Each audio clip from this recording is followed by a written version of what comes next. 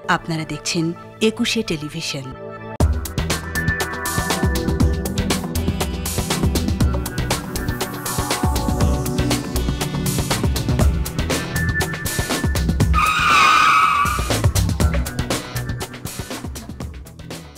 সম্মানিত দর্শক, সবাইকে স্বাগত জানাচ্ছি নিটল টাটা 21 রাতের আজকের আয়োজনে।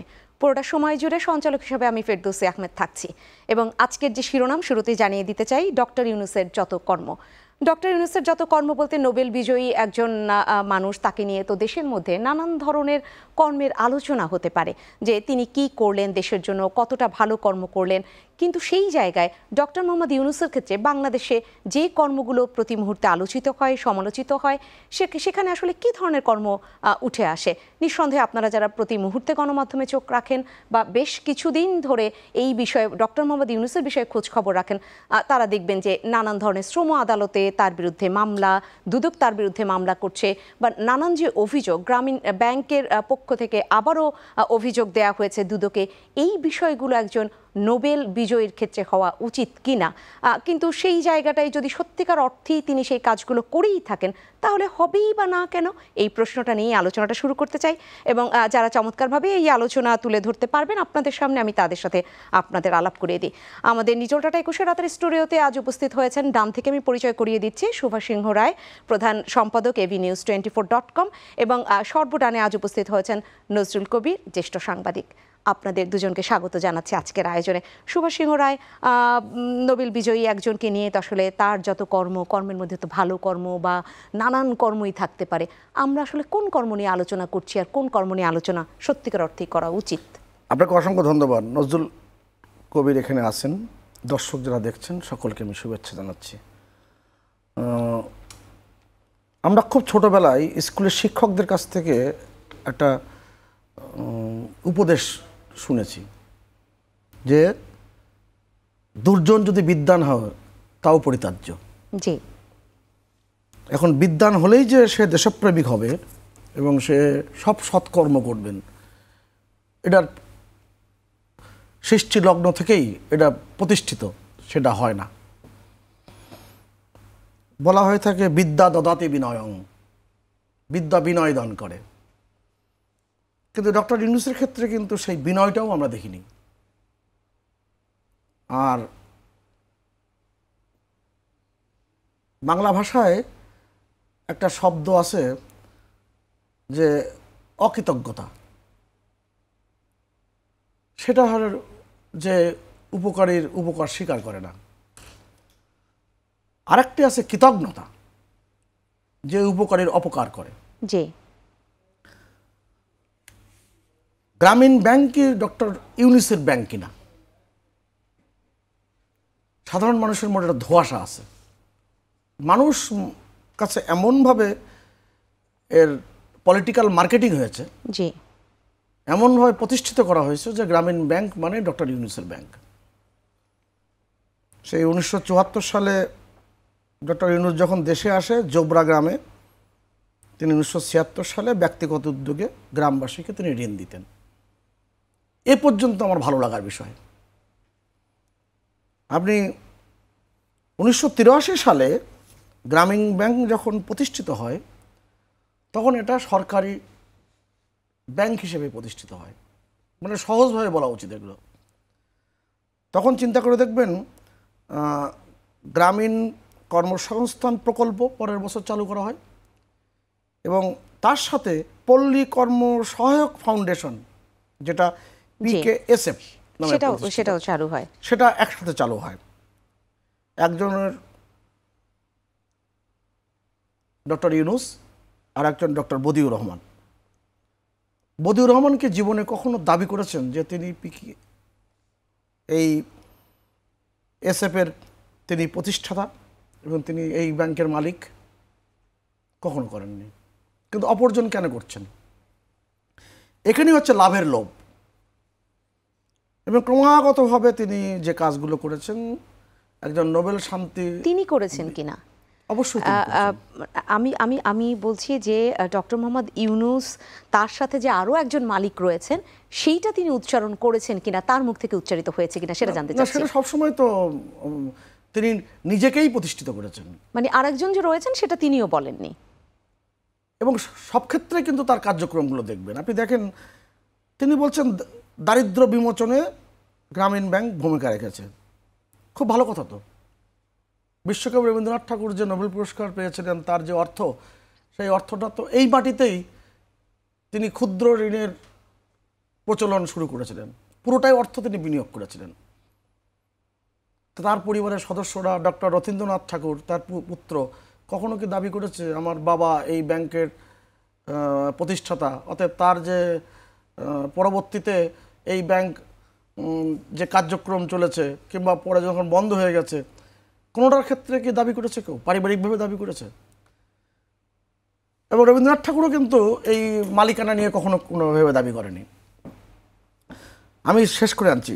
জি, তিনি বলছেন যে তিনি প্রতিহিংসা এবং ঈর্ষার শিকার হয়েছেন। প্রতিহিংসাতে কথা যখন বলেন, টার্গেটটা থাকে বঙ্গবন্ধু কন্যা শেখ হাসিনা এবং বাংলাদেশ সরকার, বর্তমান সরকার। আপনি খেয়াল করে দেখুন তো, 2006 সালে যখন নোবেল পুরস্কার ভূষিত হন, তখন আওয়ামী লীগের পক্ষ থেকে তৎকালীন যিনি সাধারণ সম্পাদক আব্দুল জলিল একেবারে বিশাল ফুলের তোড়া নিয়ে তাকে কিন্তু সম্বর্ধনা জানাতে গিয়েছিলেন এবং তাকে অভিনন্দন জানিয়েছিলেন।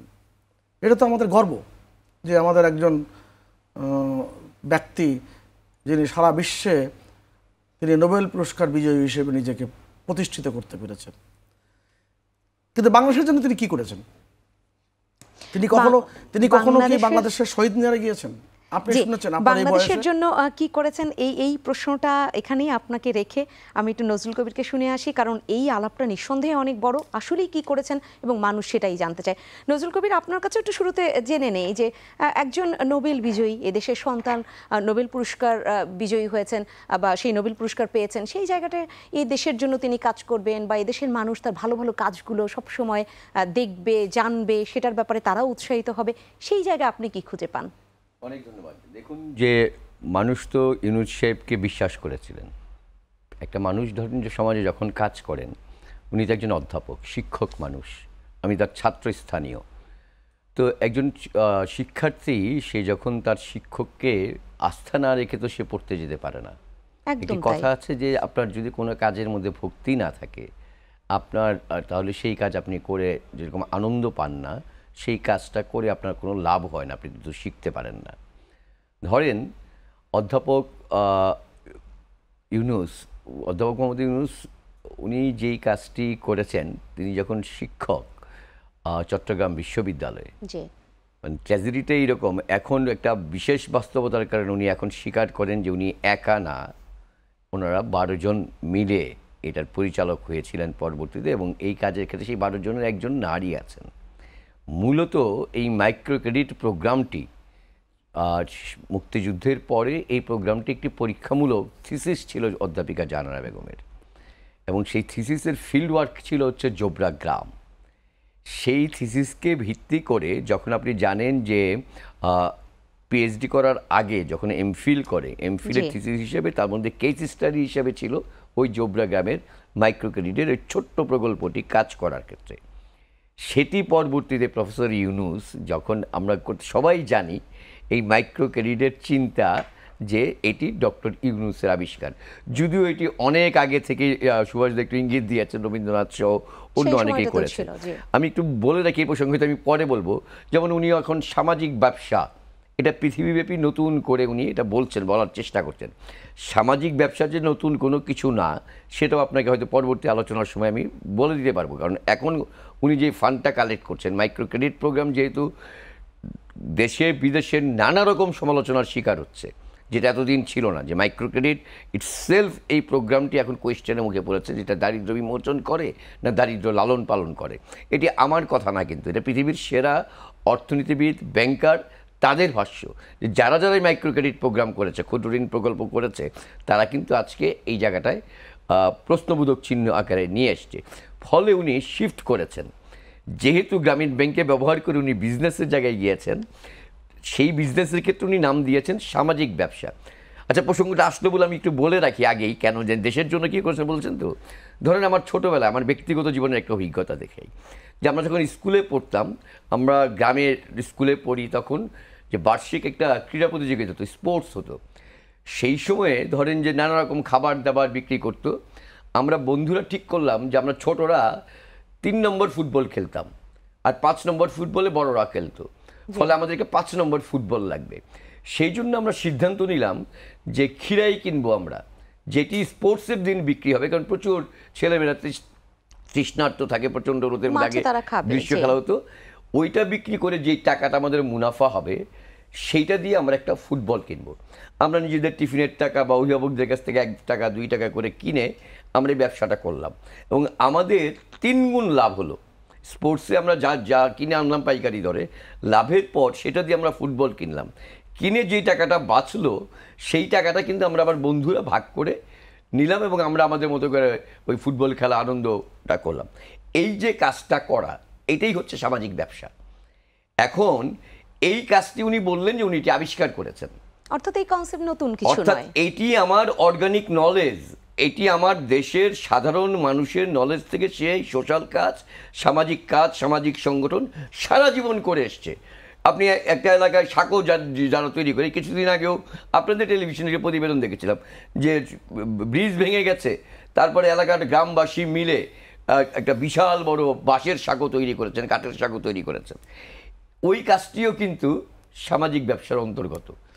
কোয়েশ্চেনটি হচ্ছে, প্রফেসর ইউনূস কখনোই নিজের কোনো মৌলিক আবিষ্কারে যাননি বলেই আজকে আরেকটি বড় কথা বলতেই চাই আমি, সেটি হচ্ছে যে উনি যে পুরস্কারটি পেয়েছেন অর্থনীতিবিদ হিসাবে, ব্যাংকার হিসেবে তো তার থেকে পুরস্কারটি পাওয়ার কথা ছিল, পেয়েছেন শান্তির জন্য, এবং পৃথিবীব্যাপী এটি আলোচিত।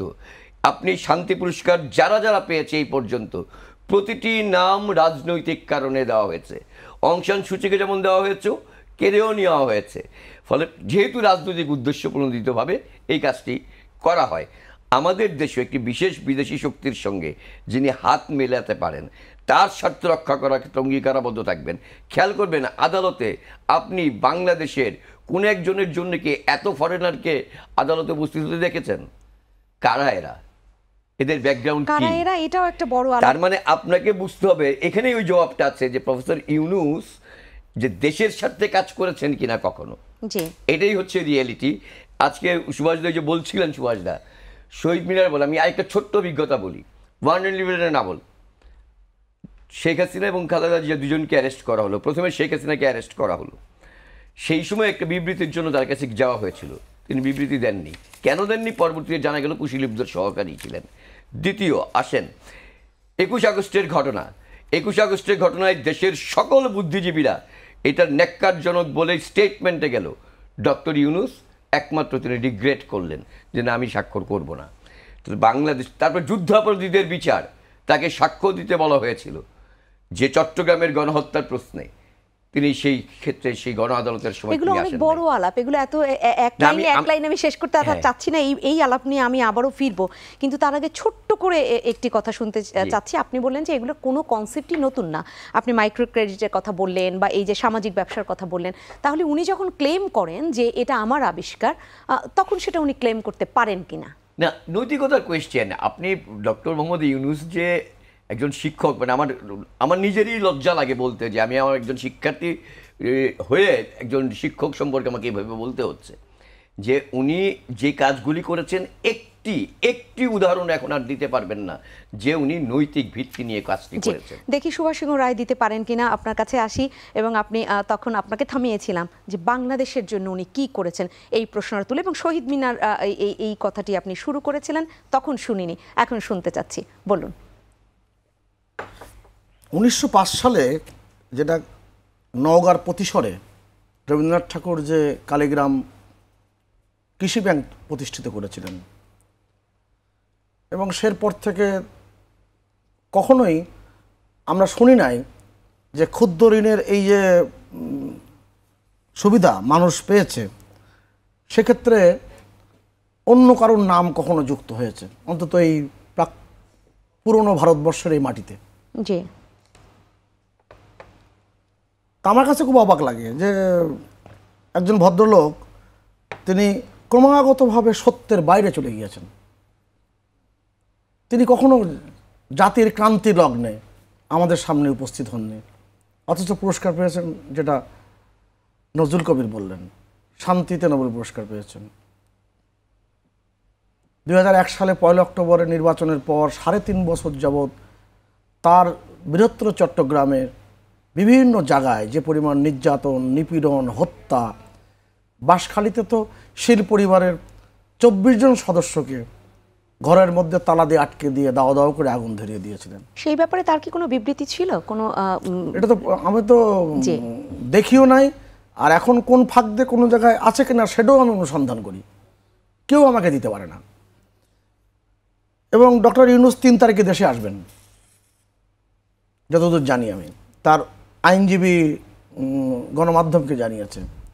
মাননীয় প্রধানমন্ত্রী তার সর্বশেষ সংবাদ সম্মেলনে স্পষ্ট করে বলেছেন যে তিনি বিতর্কে, যে কোনো বিতর্কে তিনি অংশগ্রহণ করতে রাজি আছেন।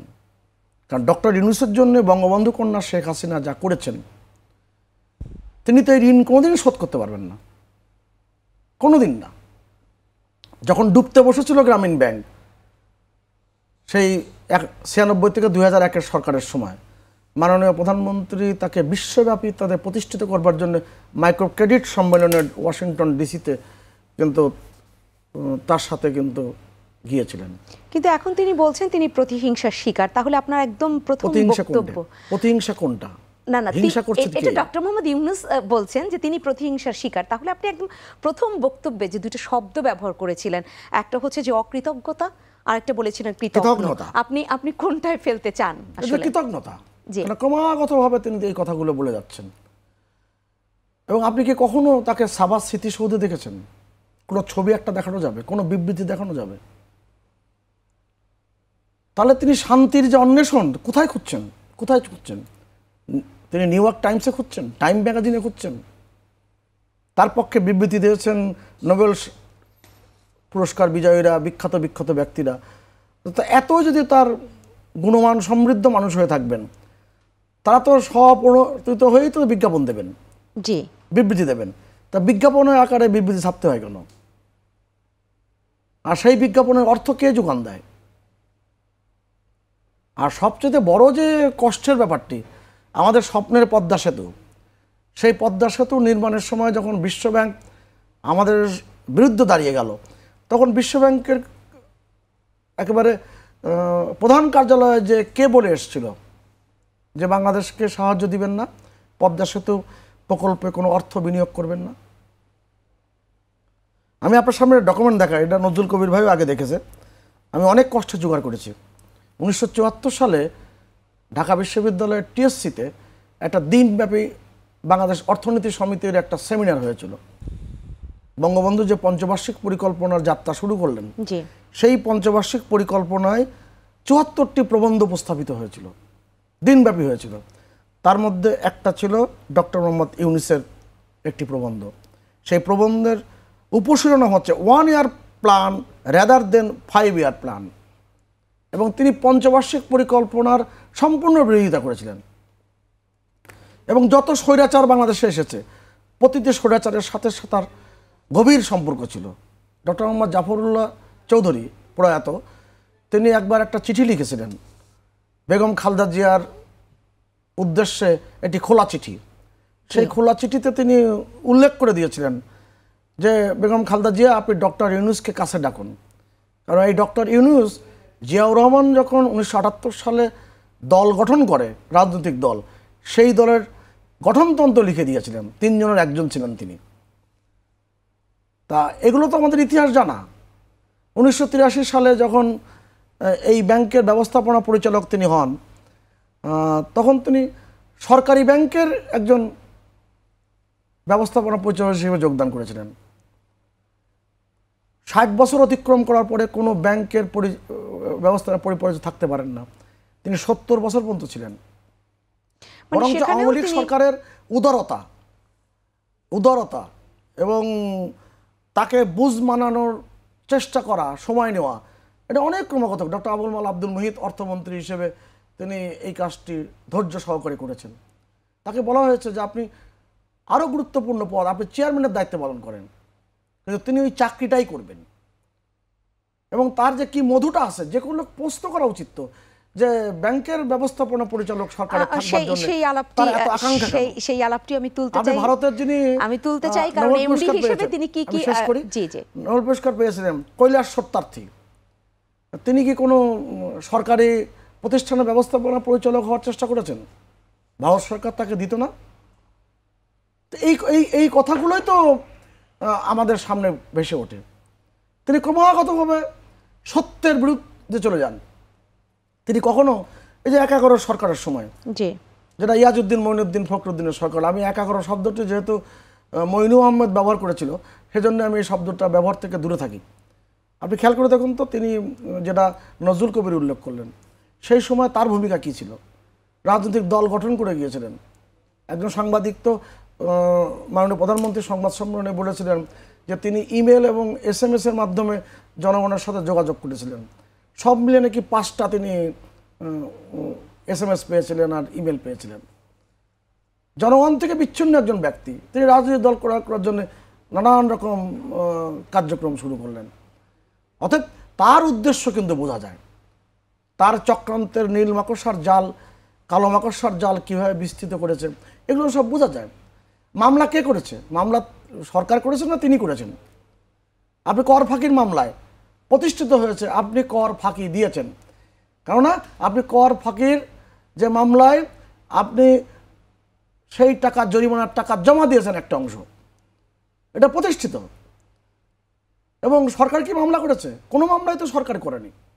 জি, কর্মচারীরা করেছে। সেখানে আসবো আপনার কাছে, কারণ আমি ওই কথাটাই আবারও বলতে চাই যে এমডি কেন তিনি থাকতে চাচ্ছিলেন বা থাকাকালীন তিনি কি সুবিধা নিয়েছেন এবং সেটা কতটা নিয়ম লঙ্ঘন করে সেই আলাপেও যাব। কিন্তু তার আগে নজরুল কবির, আপনি যে আলাপটি তুলেছিলেন যে কেন তার জন্য ফরেনাররা বসে থাকে, কেন এত ফরেনার, এই আলাপটি একটু আগে করে নিতে চাই। দেখুন, শুরু থেকে আসি তাহলে আবার দেশের মানুষের তো থাকার কথা শান্তিতে নোবেল জয়ী। জি, ধরেন যে আমি দীর্ঘ প্রায় 3 দশকেরও বেশি সময় সাংবাদিকতা করি।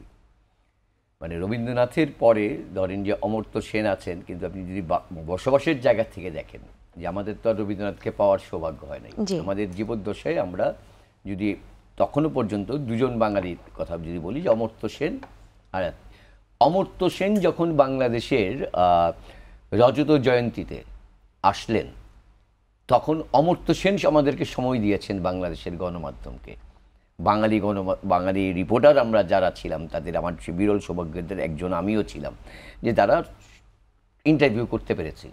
কিন্তু আমার দেশের নাগরিক, যিনি আমার দেশের সম্মান বাড়িয়েছেন, ডক্টর মোহাম্মদ ইউনূস, বাংলাদেশের একজন সাংবাদিক বাংলাদেশে বসে তার ইন্টারভিউ করতে পেরেছে। সুবর্ণ জয়ন্তীতেও পাওয়া যায়নি, কখনোই পাওয়া যায়নি। মানে আমি বলছি নোবেল পাওয়ার পরেও যে এটা তো খুবই, মানে হোস্ট কান্ট্রির গণমাধ্যমগুলোর সঙ্গে তো ওনারই কথা বলার কথা।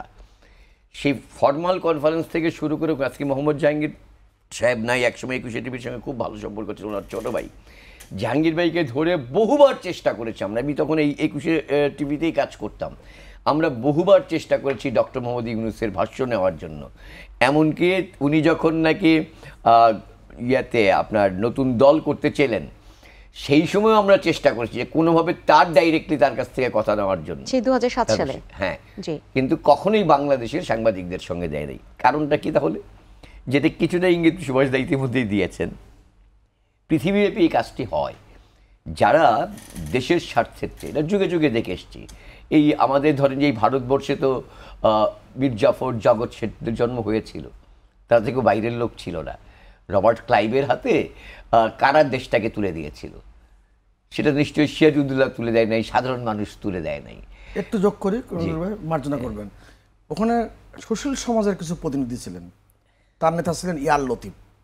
এই ইয়ার লতিফরাও কিন্তু সবচেয়ে বড় ভূমিকা রেখেছে এই ব্রিটিশ সরকারের পক্ষে, ইস্ট ইন্ডিয়া কোম্পানির পক্ষে। হ্যাঁ, তো যেই জায়গাটায় আমি, মানে আলোচনা যদি আরও ডিপে যাওয়া যায়, আমি যদি বলি যে বাংলাদেশের জন্মের ইতিহাসের সঙ্গে যদি নীতিগতভাবে সহমত থাকতেন, আমি এই প্রশ্ন আজকে তুলতেই চাই, কারণ বারংবার সেই জায়গাটা দেখেছি। একজন শিক্ষকের বিরুদ্ধে আমি বারবার এই কথাটা বলছি যে আমার কাছে মনে হয় উনি তো শিক্ষক সমাজে রিপ্রেজেন্ট করেন। তো ফলে একজন শিক্ষার্থী হিসেবে যখন আমার তাকে সম্পর্কে প্রশ্ন করতে হয়, মানে আমি অনেক বেশি বিবেকে বিদ্ধ হই। কিন্তু ইতিহাসে এমনও আছে যে বহু শিক্ষকরা তো 71 সালে রাজাকার ছিলেন, এ তো অস্বীকার করার উপায় নেই। আমাদের যেরকম শহীদ আছেন অনেক অধ্যাপক, তেমনি অনেক রাজাকাররাও ছিলেন, অনেকের নাগরিকত্ব বাতিল করতে ছিল, এই ঢাকা বিশ্ববিদ্যালয়ের শিক্ষকদেরকেও। আজকে আমি শুধু বলতে চাই যে ডক্টর ইউনূসরা একক না, এটা যুগে যুগে উত্তরাধিকার বহন করেন। হয়তো আমার ভবিষ্যতে আমার সন্তানরা অন্য কোনো ইউনূসদেরকে দেখবেন যারা এই দেশের। এবং এর আগেও আপনি ইঙ্গিতটা দিয়েছেন যুদ্ধাপরাধীদের বিচারের ক্ষেত্রেও তার কোনো ধরনের সেই স্বাক্ষর বলেন, বিবৃতি বলেন, আপনি আমাকে বলেন সেটা পাওয়া যে যায়নি, এটা আপনি বলেছেন। এই যে সর্বশেষ মার্কিন প্রতিবেদন বাংলাদেশের মানবাধিকার পরিস্থিতি নিয়ে, সেইখানে যখন বলা হয় যে যুদ্ধ অপরাধীদের বিচার যাদের করা হয়েছে তারা নাকি প্রত্যেকে রাজনৈতিক প্রতিহিংসার শিকার হয়েছে, এক, সেই স্টেটমেন্ট নিয়ে বাংলাদেশের অন্য মানবাধিকার লঙ্ঘনের কোয়েশ্চেন যখন তোলা হয় তখন ডক্টর ইউনূস গং এই শব্দটি ব্যবহার করছে আইনি পরিভাষায়, তারা যখন খুব সোচ্চার হন, কিন্তু প্রত্যেকেই তখন এড়িয়ে যান তাদের এই গঙের, যে তারা যুদ্ধাপরাধীদের বিচারটাকে তারা বলছেন রাজনৈতিক প্রতিহিংসার শিকার। খেয়াল করে দেখবেন একই ধরনের ভাষায় বলা হচ্ছে ডক্টর ইউনূসও রাজনৈতিক প্রতিহিংসার শিকার।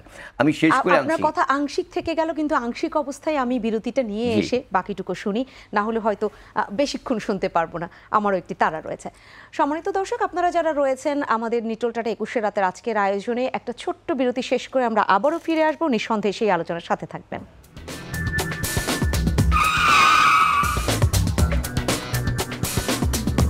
আবারও ফিরে এলাম নিটোল টাটা 21 রাতের আজকের আয়োজনে, এবং আজকে আমরা কথা বলছি ডক্টর মোহাম্মদ ইউনূসের যত কর্ম, সেই কর্মটা আসলে প্রত্যাশিতভাবে থাকে যে দেশের জন্য অনেক ভালো কর্ম করবেন, কিন্তু সেই জায়গায় যখন নানান সমালোচনার একদম ঢেউ ওঠে, গণমাধ্যমে নানানভাবে আলোচিত হতে থাকে, সমালোচিত হতে থাকে, তখন প্রশ্ন তো ওঠেই যে বাংলাদেশের জন্য আসলে তিনি কোন ধরনের কর্ম করেছেন। সেই আলাপচারিতেই রয়েছি, এবং নজরুল কবির, আপনাকে থামিয়ে গিয়েছিলাম, আপনি বাকিটা স্পষ্ট করবেন। আমি যে জায়গাটা বলতে চাই, আপনি যে কোয়েশ্চেনটা করেছিলেন যে ধরেন যে পল্লী ফোন, এই পল্লী ফোন নামক একটি ফোনের বিজ্ঞাপন বাংলাদেশে আমরা প্রায় কম বেশি সবাই দেখেছিলাম।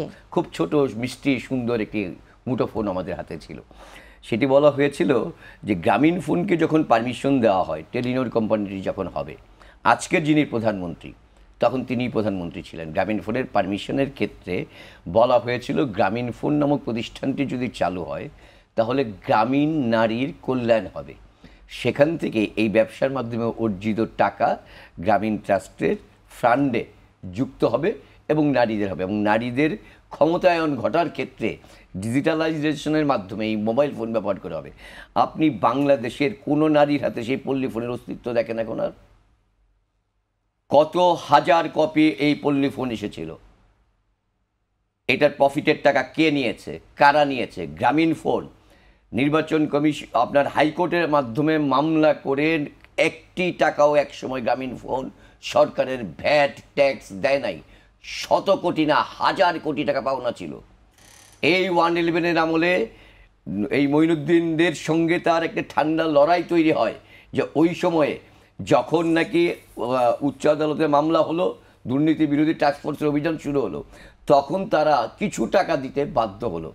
তারা তখন তাদেরকে সেটা ম্যানেজ করলো নির্বাচন কমিশনের ডিজিটালাইজেশন করার জন্য, সেইখানে সমস্ত দিয়ে আপনার এই যে কী বলবেন কম্পিউটার কিনে কম্পিউটারের যা যা সরঞ্জাম আছে এই অ্যাক্সেসরিজগুলি সাপ্লাই দিয়ে তখন তারা 111 সরকারকে ম্যানেজ করলো। এরকম অসংখ্য ছোট ছোট ঘটনা দিতে পারবো যেগুলি প্রত্যেকটা অনৈতিক। আপনি সুভাষ থেকে জিজ্ঞেস করছিলেন, ভাই উনি যদি জনগণের সেবার জন্যই কাজ করে থাকেন, গ্রামীণ নারীর কল্যাণ করে থাকেন, তাহলে হিলারি ক্লিন্টন যখন বাংলাদেশে আসলেন সেই সময়ে তিনি দুটো জায়গায় গিয়েছিলেন, যশোরে এবং মানিকগঞ্জে। তো সেই দুটো জায়গায় গ্রামে যেই সমস্ত বাড়িতে গিয়েছিলেন, যাদেরকে নারীর ক্ষমতায়নের যে সমস্ত নারীদেরকে দেখিয়েছিলেন, পল্লী ফোন দেখিয়েছিলেন, জানেন সেই ঘটনা পরবর্তীতে কী হয়েছিল? তাদেরকে আপনি গিয়ে সেই ভিটায় পাবেন না, কারণ ঋণগ্রস্ত হতে হতে তারা বাড়ির ভিটে ছেড়ে চলে যেতে বাধ্য হয়েছে। এবং সেই যে তারা যে ফোন ব্যবহার করতো, তার কয়েক ঘন্টা পরে যখন সেই ফোনে কথা বলছে, ওনারা ফোন আনছেন, আমরা কথা বলছি, আবার তো ফোন নিয়ে গেছেন। এবং আপনি এই হচ্ছে রিয়েলিটি। আপনি গ্রামের আগের যে আমরা মহাজন সুদ করে কথা বলতাম, তার চেয়েও খারাপ ভূমিকা পালন করা হয়েছে। একটি দারিদ্র্য বিমোচনের নামে যদি আপনি যে প্রকল্প যদি ক্রমাগত দেখতে থাকেন, আরও কত ফিরিস্তি দেব।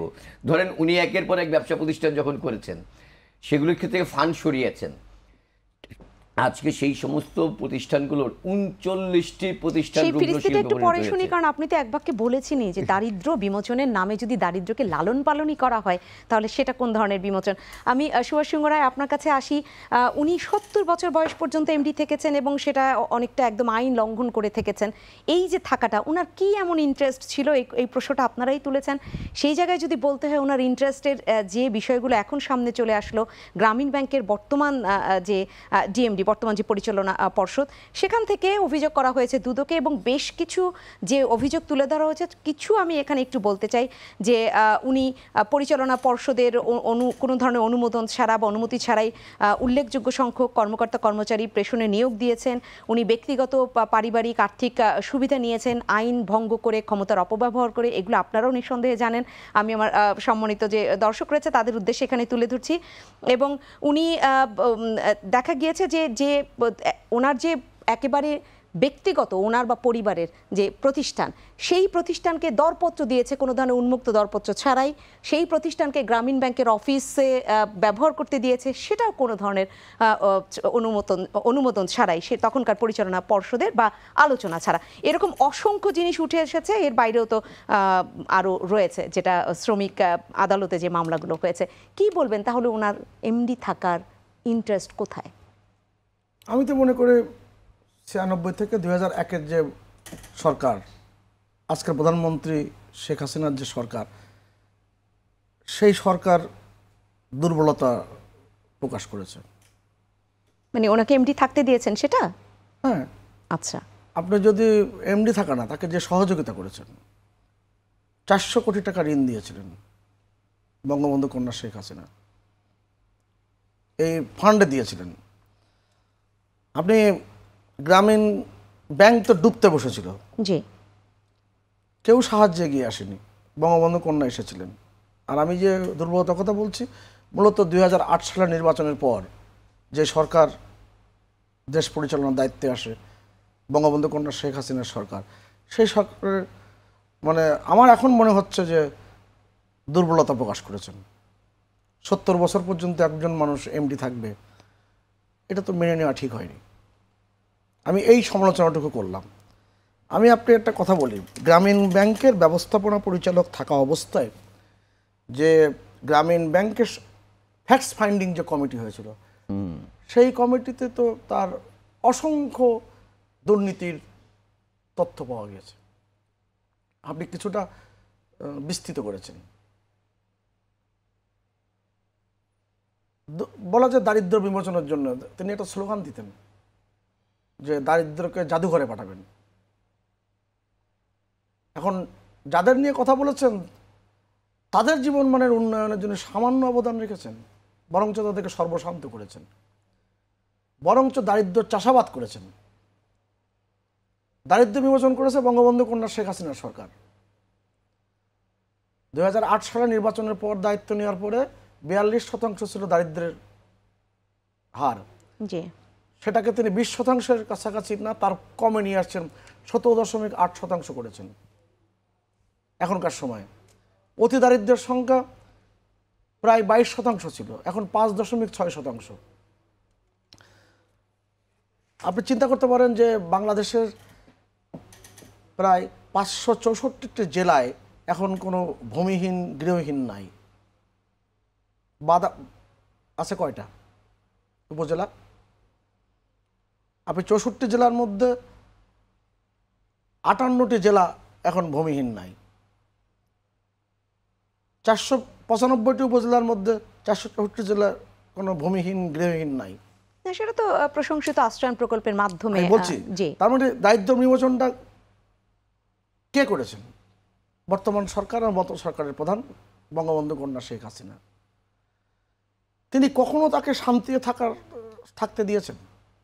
ক্রমাগতভাবে যেমন দারিদ্র তার চাষ করেছেন, মিথ্যার চাষাবাদ করেছেন, ক্রমাগতভাবে করছেন। আর তিনি কখনো প্রশ্নের উত্তর দেন না, তো যেটা নজরুল কবির বললেন।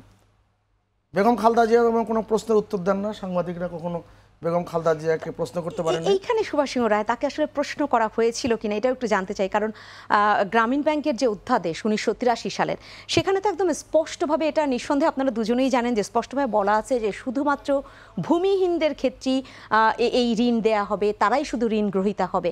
কিন্তু তিনি যখন তার নিজের জন্য, তার পরিবারের প্রতিষ্ঠানের জন্য কোটি কোটি টাকা নিলেন, বা তার একেবারে একক সিদ্ধান্তে সেই কোটি কোটি টাকা দিলেন, আপনি 400 কোটি টাকা উল্লেখ করেছেন, তাকে কি প্রশ্ন তোলা হয়েছিল যে এই অধ্যাদেশের বাইরে গিয়ে এই আইন লঙ্ঘন করে এই টাকা আপনি কাদেরকে দিচ্ছেন ঋণ হিসাবে? আমি এই জায়গাটা একটু বলতে চাই সুভাষদা, সেটা হচ্ছে যে ধরুন যে ফ্যাক্ট ফাইন্ডিং কমিটির যেটা বললেন, এই ফ্যাক্ট ফাইন্ডিং কমিটিটা কবে গঠন হলো এবং পরবর্তীতে সেই রিপোর্ট দীর্ঘ সময় পর্যন্ত প্রকাশ হয় নাই, প্রকাশ করতে দেওয়া হয় নাই।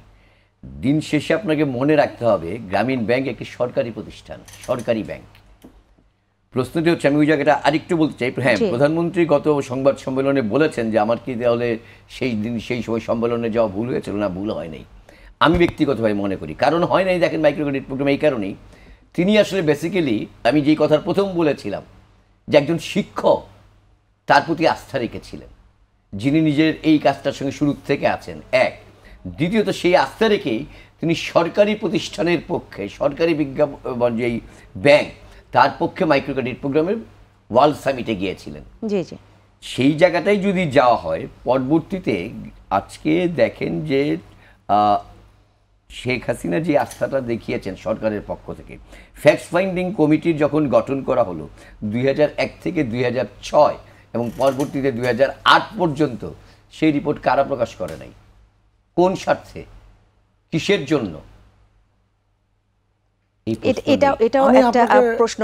সেটেলমেন্ট যেটা করেছিলেন যে শ্রমিকদের, এই জায়গাটা আপনার কাছে একটু শুনতে চাই, যে লভ্যাংশ দেয়া হবে, এবং সেই লভ্যাংশ তো তার কোনোভাবে দেয়া হয়নি। অ্যাকাউন্ট আগেই খোলা হয়েছে, এটা সেটেলমেন্টে দেখানো হয়েছে, কিন্তু আমি যদি ভুল না করে থাকি অ্যাকাউন্ট খোলা হয়েছে 2022 সালের পরবর্তীতে, একদম 9 মেতে গিয়ে। তার আগেই তো এটা 27 এপ্রিলে যেটা এসছে। তাহলে এই ফাঁকফোকরগুলোও কি আসলে কারো নজরে আসেনি? কেন আসবে না? কেন? আপনি দুইটা জিনিস তো, যখন শ্রমিকরা দাবি করেছে, জি, শ্রমিকরা দাবি করার পরে তিনি শ্রমিকদের বিরুদ্ধে গিয়ে মামলা করেছিলেন প্রথমে উচ্চ আদালতে। মামলা করার পর সেখানে তিনি হেরেছেন।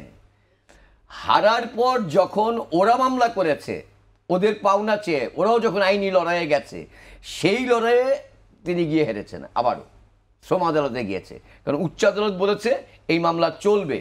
আপনার দীর্ঘ 4 বছর তিনি উচ্চ আদালতে লড়াই করেছেন, একদম সুপ্রিম কোর্ট আপিল বিভাগ শেষ করে। যে সেটেলমেন্টকে ভুয়া সেটেলমেন্ট বলা হচ্ছে, তাহলে সেই সেটেলমেন্টে আগেই কোনো অ্যাকাউন্টের অ্যাকাউন্ট ওপেনিং এর বিষয়টাই নেই। তাহলে আমার সেই সমস্ত টোটাল ডকুমেন্টস নিয়ে আপনার সঙ্গে তাহলে আমার বসতে হবে। আমি যদি জানতাম যে আজকে এত সূক্ষ্ম জায়গায় যাবেন, আমি সমস্ত ডকুমেন্টস নিয়ে এসে বসতাম। লেবার কোর্টের যেহেতু রায় হয়ে গেছে, এখন ভার্ডিক্ট, উনি দণ্ডিত আসামি, সেই কারণেই বলছি যে এখন আমাদের কাছে তো কাগজপত্রগুলো এসছে, গণমাধ্যমের কাছে তো আদালতের বা সব জিনিস তাৎক্ষণিকভাবে চলে আসে না, আসলেও আমরা প্রকাশ করতে পারি না, এটা সাবজুডিস ম্যাটার হিসেবে করার সময় দিতে হয়। হ্যাঁ, সেই জায়গাটা থেকে আমি যদি বলি যে উনি মাঝখানে শ্রমিকদের যে অংশটুকু টাকা দিয়েছেন, কেন দিয়েছেন? এটা তাদের পাওনার একটি অংশ দিয়েছিলেন। অ্যাডজাস্টমেন্টে যে গিয়েছেন, কিছু জায়গায় টাকা দিয়েছেন, গভর্নমেন্টকে যে ট্যাক্স দিয়েছেন, উনি যে 12 কোটি টাকা কিস্তি বাড়িয়ে দিলেন ট্যাক্স, কেন দিলেন? তার মানে আগে তো আপনি ফাঁকি দিয়েছেন, তার মানে তখন একটি সমঝোতা করবার চেষ্টা করেছেন। আমার সমঝোতা না, নো, আমি আবারও বলছি, আদালতের ক্ষেত্রে আপনি উনি লড়াই করেছেন এবং ট্যাক্স যখন কোনোভাবেই ফাঁকি দিতে পারলেন না, কিস্তিতে করে 12 কোটি টাকা আপনার এনবিআর কে দিতে বাধ্য হয়েছেন আপনি। ট্যাক্স একজন সাধারণ নাগরিক ফাঁকি দিলে এনবিআর এর কাছ থেকে জেল কাজ, আর ডক্টর মোহাম্মদ ইউনূস বিশ্ব শান্তি পুরস্কার পাওয়া। উনি নৈতিকতার ভিত্তি দুই জায়গা, একটি হচ্ছে বেআইনি কাজ করেছেন, আরেকটি হচ্ছে নৈতিকতার জায়গায় তার জোর আছে কিনার কথা বলার। তিনি যখন বলেন আদালতে, আমার হাস্যকর লাগে, আমার পার্সোনালি কেন সংক্ষিপ্ত মনে হতে পারে আপনার কাছে, কেন এই কথাগুলি বলছি। আজকে আপনি কেন বাংলাদেশে গণমাধ্যম কর্মীদের কাছে চিৎকার করে কথা বলছেন? আমরা তো বারংবার লিখিত প্রশ্ন পর্যন্ত আপনার কাছে পাঠিয়েছিলাম, কোনোদিন তো আপনি জবাব দেওয়া তোয়াক্কাই করেননি। দিন শেষে এই দেশের মানুষ, এই দেশের গণমাধ্যম কর্মীরা সত্যিকারটা জানতে চায়।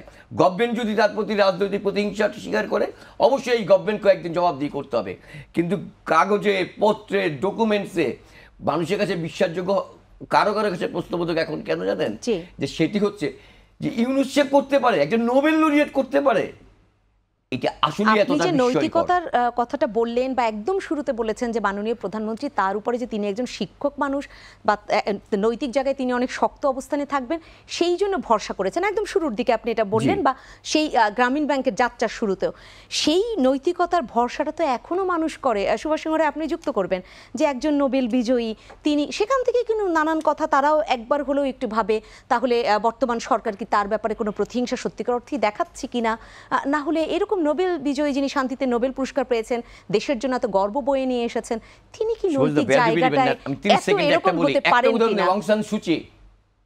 অং সান সুচি যখন রাখাইনদের উপরে, রোহিঙ্গাদের উপরে নির্যাতন করলো, তার এটা কেড়ে নিতে হলো। অথচ গণতন্ত্রের তাকে বরপুত্র বলা হতো, গণতন্ত্রের মানুষকন্যা বলা হতো, বার্মার গণতন্ত্রের মানুষকন্যা বলা হতো অং সান সুচিকে। তার বাবার দীর্ঘদিনের লড়াই সংগ্রামের উদাহরণ আছে, গণতান্ত্রিক আন্দোলন অং সান সুচিরও ছিল। আজকে কিন্তু ওই সাম্রাজ্যবাদী শক্তি বাধ্য হয়েছে যে এথনিক ক্লিনজিং প্রোগ্রাম, সেই প্রোগ্রামের ক্ষেত্রে রোহিঙ্গাদেরকে উপরে যে নিপীড়ন নির্যাতন, সেখানে অং সান সুচির অংশগ্রহণ ছিল। সুতরাং একজন লোক সারা জীবন ভালো থাকবে তা নাও হতে পারে। হুমায়ুন আজাদ স্যারের একটি কথা আছে যে একজন রাজাকার সবসময় রাজাকার, মুক্তিযোদ্ধা কখনো কখনো রাজাকার শেষ পর্যন্ত হয়ে উঠতে পারে। এটি হুমায়ুন আজাদ স্যারের প্রবচন। রিয়েলিটিটা বাংলাদেশের, আমি ওই যে আপনাকে উদাহরণ দিয়েছিলাম জগৎ শেঠ, এবং ওই জগৎ শেঠ মির্জাফরদের উত্তরাধিকার বহন করছে। এবং দালিলিক প্রমাণ যখন পাওয়া যায় একদম, এটা তো আদালতের জায়গায় অরিজিনাল ভাউচার পাওয়া যায়, সেটা যেমন প্রমাণিত হয়, আবার মানুষের সামনেও যখন এই সত্যতাগুলো নিশ্চিত হয় তখন তো মানুষও নতুন করে ভাবতে শুরু করে। সুভাষ সিংহ রায়, আপনি এখানে বলবেন, আপনাকে থামিয়ে আমরা অন্য আলাপে গিয়েছিলাম। টাইম ম্যাগাজিনের ডক্টর ইউনূস নিয়ে বিশাল প্রবন্ধ করেছেন চার্লি ক্যাম্বেল যে সমস্ত তথ্য দিয়েছেন, ভাবতে খুবই খারাপ লাগে। টাইম ম্যাগাজিনের মতো আন্তর্জাতিক খ্যাতিসম্পন্ন একটি পত্রিকায় প্রায় পুরোটাই হচ্ছে অপতথ্য। এবং ডক্টর ইউনূস তিনি কর ফাঁকি দিয়েছেন এবং কর ফাঁকি মামলায় তিনি হেরে গেছেন, হেরে যে সেই টাকা পরিশোধও করেছেন। তাহলে বলবার সুযোগ থাকে যে তিনি ঠিকঠাক মতো চলেছেন। বাংলাদেশের মানুষের প্রতি তার কি অনুভূতি আছে, বাংলাদেশের মানুষের দুর্যোগ দুর্বিপাকে কখনো কারণ মানুষ তাকে পেয়েছে কিনা, আমার ধারণা মানুষ এটা আশাও করে না। এবং কোনো কোনো ক্ষেত্রে তার আইনজীবী এখন ডাহা মিথ্যা কথা বলবো না, অসত্য উচ্চারণ করেন। 3 তারিখে আসছেন, আমি তো মনে করি মাননীয় প্রধানমন্ত্রী যে আহ্বান জানিয়েছেন উন্মুক্ত বিতর্কে অংশগ্রহণ করার জন্য, দেখি তিনি সে সৎসাহস দেখান কিনা।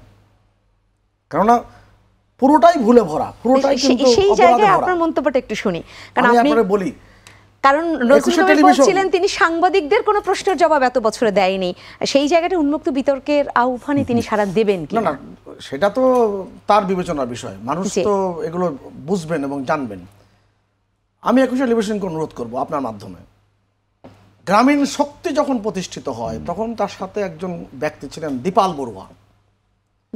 দীপাল বড়ুয়াকে কিভাবে গ্রামীণ এই প্রকল্প থেকে বের করে দেওয়া হয়েছে, সকাল 10টার সময় 9টার সময় অফিসে এসে দেখেন তার রুমে যে জায়গায় তিনি বসতেন সেই জায়গায় শুধু টব কিছু লাগানো, তার রুম তো নাই, চেয়ার টেবিল তো নাই, শুধু গাছের টব লাগানো, মানে কোনো ধরনের নোটিশ ছাড়াই। বললাম তো তিনি সকাল 10টার সময়, তাকে যোগাযোগ করুন আপনারা। দীপাল কৃষ্ণ বড়ুয়া তার সাথে একেবারে গোড়ার থেকে ছিলেন। সেটা কারণটা কি ছিল? তাকে রাতারাতি তিনি একজন স্বৈরাচারী ব্যক্তি, তিনি কারোর কথা কখনো শোনেন না, তিনি মনে করেন তিনিই যা করছেন তিনিই সব কিছু, আবার তিনিই আবার গণতন্ত্র, তিনিই আবার সুশাসন সুরাজনীতি এগুলো নিয়ে কথা বলেন। আমার এইরা দেখেই মনে হয়েছে যারা নীতি নৈতিকতার কথা বলে বেশি বেশি, আমার খুব সন্দেহ জাগে, কেননা এনারা নীতির ধার দিয়ে যান না। আমি তো ছোট্ট উদাহরণ দিলাম, দীপাল কৃষ্ণ বড়ুয়ার গ্রামীণ শক্তি যিনি ব্যবস্থাপনা পরিচালক ছিলেন, যদি আপনারা কষ্ট করে তাকে রাজি করায় টেলিভিশনের এই টক শোতে কিংবা সাক্ষাৎকারে আনতে পারেন, অনেক কিছু জানতে পারবেন। গ্রামীণ যে টেলিফোন, সেই টেলিফোনটা মাননীয় প্রধানমন্ত্রী দিয়েছিলেন এই সময় যে ওই যে নজরুল কবির বললেন যে সেটার থেকে যে আয় হবে সেই আয় গ্রামীণ ব্যাংকের কাজে লাগবে, মহিলাদের। আমাকে শেষ করতে হবে, হাতে একেবারেই সময় কম। আমি সেখানে কি কখনো কি লভ্যাংশ কিংবা কোনো অংশ কখনো কি এসেছে? এবং যাদের নামে গ্রামীণ টেলিকমের লাইসেন্স, এই মোবাইল ফোন, এবং যারা প্রথমে উদ্যোগ নিয়েছিল ইকবাল কাদের সাহেব, তিনি তো নিউ ইয়র্কে থাকেন, তাকে আপনারা যোগাযোগ করুন। জি, আপনি দুটো নাম বলেছেন এবং নিঃসন্দেহে সব গণমাধ্যম এই নামগুলো পেয়ে গেলে যোগাযোগের তো চেষ্টা করবেই, কারণ সত্য উন্মোচন অনেক বেশি দরকার সাধারণ মানুষের জন্য দেশে। নজরুল কবির, আপনি যুক্ত করতে চাচ্ছিলেন। আমি শেষ একটা কথা বলি, দেখেন মানে ৭৫-এর ঘাতক যারা আত্মস্বীকৃত ঘাতক, তাদের আইনজীবী কে ছিলেন? আজকে যিনি ডক্টর ইউনূসের আইনজীবী। বাংলাদেশে কোনো ব্যারিস্টার ছিল না, বাংলাদেশে আর কোনো আইনজীবী ছিল না ডক্টর ইউনূসের পক্ষে দাঁড়ানোর। সুশীল সমাজের মধ্যেই তো তার বহু আইনজীবী রয়েছেন যারা তার পক্ষে সাফাই গাইবেন। রিয়েলিটিগুলি বোঝার চেষ্টা করেন, খুব নির্মম নিষ্ঠুর সত্য এগুলো। নিঃসন্দেহে আপনাদের দেয়া তথ্য নিয়ে আমাদের সাধারণ দর্শকরা সেই জায়গাটায় রিয়েলিটিও বোঝার চেষ্টা করবে।